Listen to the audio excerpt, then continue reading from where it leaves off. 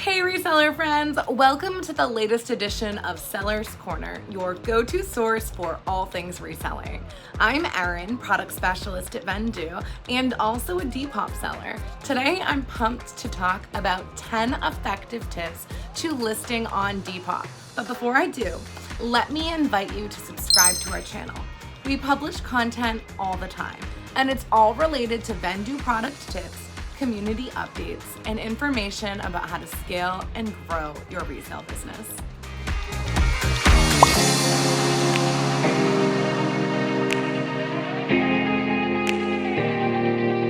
So what's Depop? Depop is one of my favorite places to sell. It's consistently my second best performing marketplace, but there is a little bit of a learning curve involved, and it's kind of a weird one, if you will. In this video, I'm going to talk about my best tips and tricks to listing on Depop and making more sales. First, list consistently. Yes, that's important everywhere, but it's extra important on Depop for a couple of reasons. For one, Depop does not have too many promotion tools. So brand new listings is one of the only things you can do to stimulate your account and make more sales. For two, brand new listings themselves are promoted differently on Depop. They're prioritized in the feeds and in search results. So the brand new listings themselves will also lead to additional exposure and maximize your chances of making sales. Remember that this includes delisting and relisting. Deleting old listings and reposting them as brand new ones will accomplish new listings, will enjoy all of those benefits. And if you're a Vendoo user, you can do this in bulk with the delist and relist feature. Number two is to list the right items. Depop is not a place where you will list all of your clothing and fashion like you might on Poshmark, eBay, or Mercari. Depop is a little bit more niched. The top selling categories on Depop are designer, which is a top seller everywhere, Y2K, which refers to both Y2K vintage from the early 2000s, as well as the Y2K style. Vintage, anything 20 years old, especially 70s, 80s, and 90s on Depop.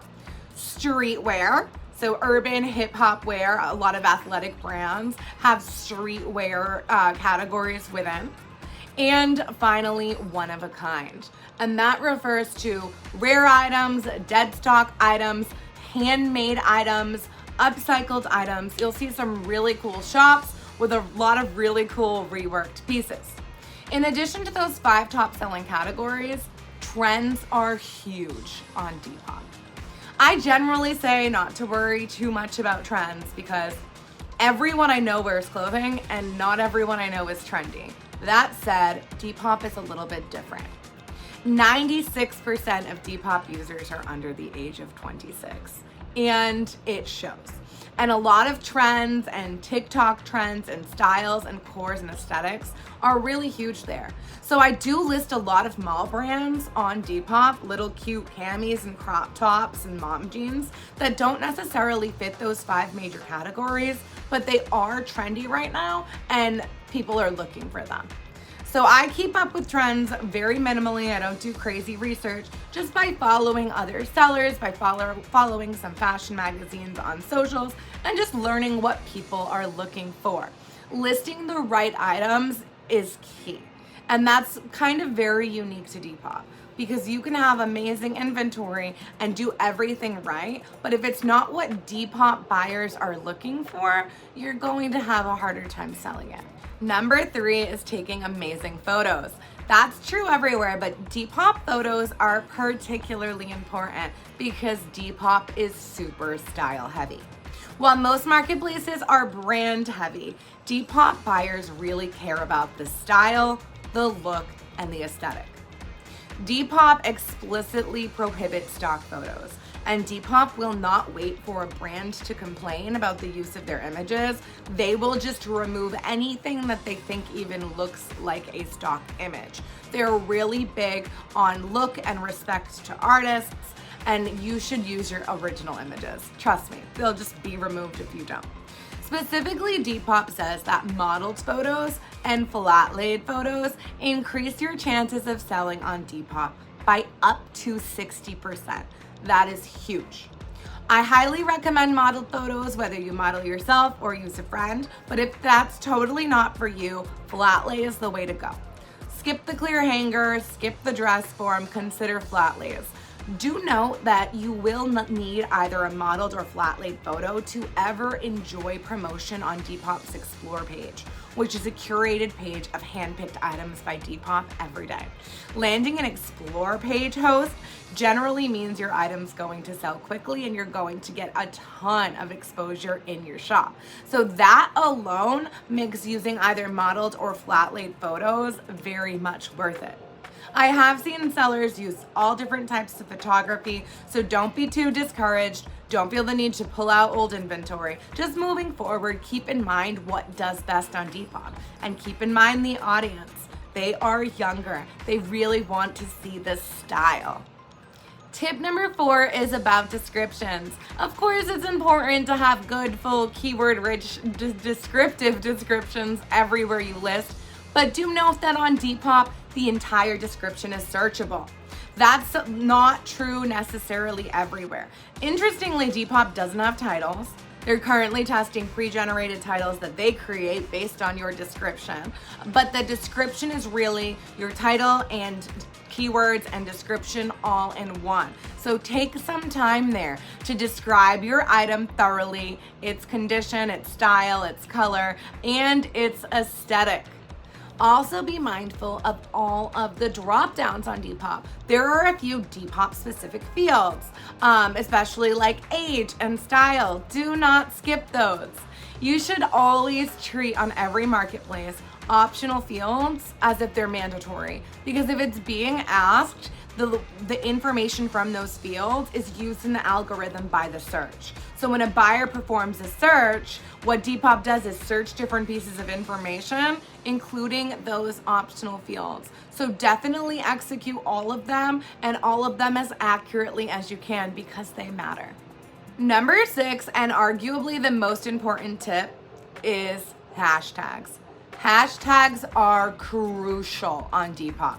While tags and style tags might not be super important anywhere else, on Depop it's literally what it's about. Use hashtags, and good relevant hashtags on your listings. It will help the searchability and the way that they are promoted. Now, hashtag blue isn't necessarily going to cut it. You might want to learn a little bit about trending hashtags, and it's super easy to do that by taking a look at that Depop Explore page each day. Follow some top sellers, look up some similar items, look at the hashtags that they're using. If you really want to get into it, you will be rewarded for your research. When you use crazy words like Wednesday core, Phoebe Buffet, Mermaid core, Dark Academia, Biker core, I mean, there are thousands.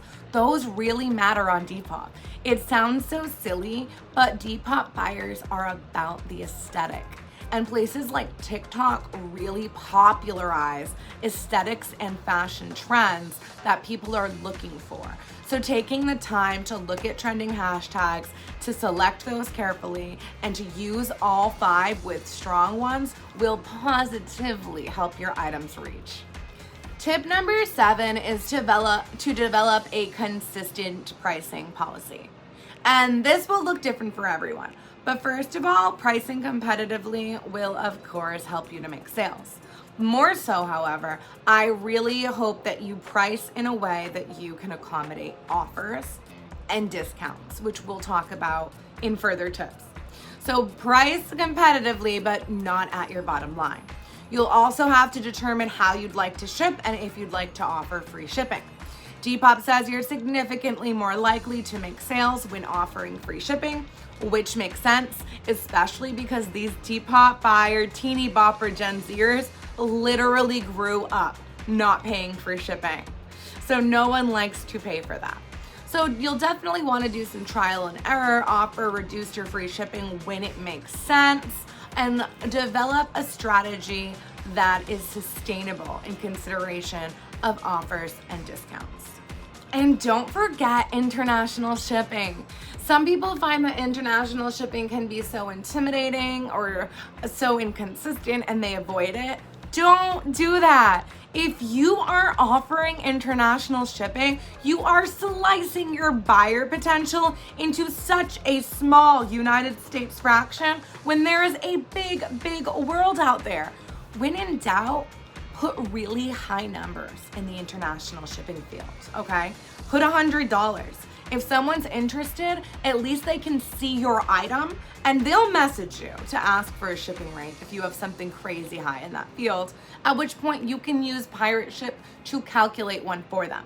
But if you don't ever put an international shipping rate, your item isn't visible by users in all different countries. So seriously consider more about that. I'll drop a resource below our blog on Depop that can help you with international shipping.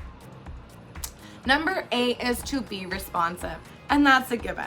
You definitely want to check your Depop often, answer questions, respond to messages, respond to offers, but at this time, Depop offers are not binding.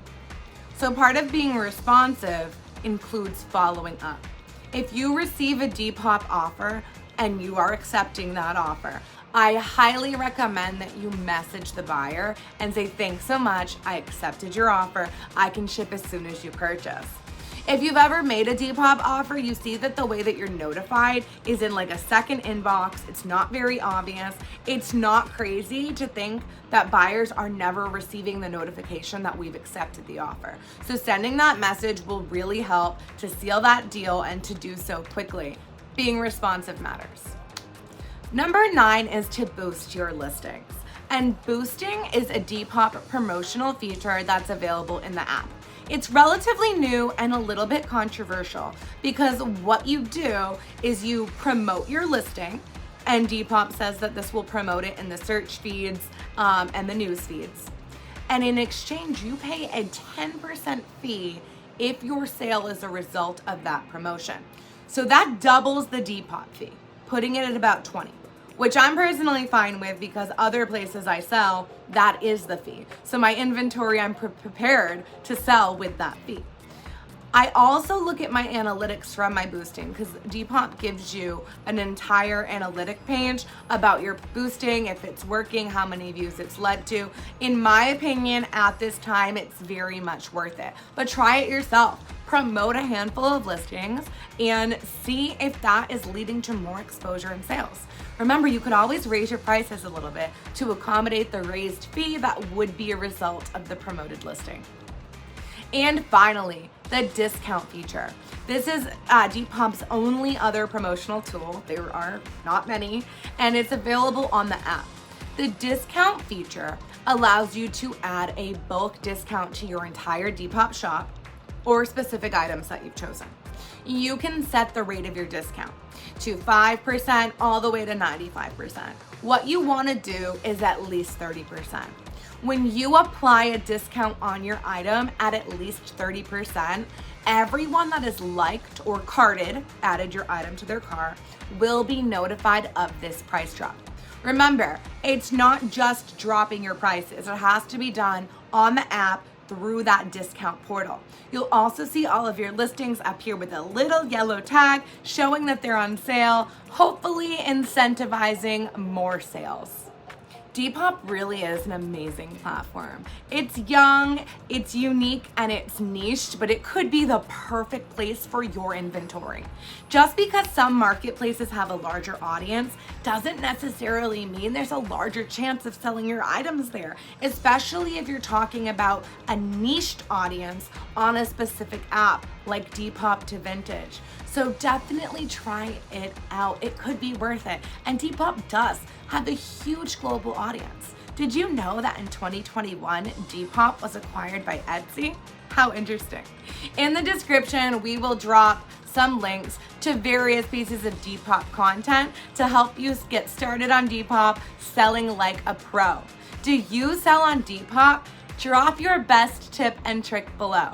I'll see you next time, reseller friends. Don't forget to like, comment, and subscribe.